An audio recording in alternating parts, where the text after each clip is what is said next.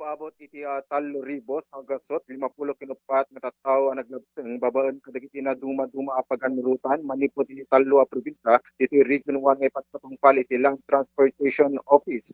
Kabilang dito iti probinsya iti Ilocos Sur, Ilocos Norte, La Union, Pangasinan. No sa dinondolwan mo dagiti na duma-duma kaming iti kapulisan iti rehiyon dapat ito dagiti mangimatmaton kadagiti paganurutan ken kagidan mo karudan iti panipatungpalda iti checkpoint kang runaan kadagiti talo a probinsya babaen iti Land Transportation Office. Kagidan garudan iti panangimplementa iti JAO number 201.01 para kadagiti na duma-duma transportation ken katamatan kadagiti na duma-duma motorsiklo nga wanan awino na paay nga gitugot kadagiti lisensya ken pakaramanan meted iti sanda panangitugot iti helmet. Malagsiti din ita maobserbaran pa dagiti kapulisan nga dagiti saan nga gusto sa seatbelt para kadagiti na duma-duma transportation manipod iti talo a probinsya dito rehiyon.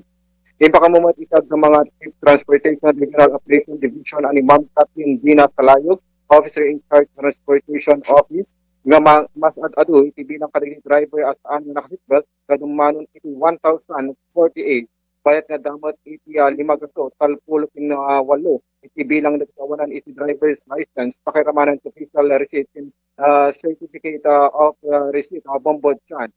Sigun pa iti agda mga Transportation Regional Office niya Salayog, kinananaw tuloy iti panakarami, doon panakasengkat iti checkpoint na iti talo a probinsya, tapnikas dapat may kan iti lintag baban iti paganurutan ng patungpal iti Transportation Office.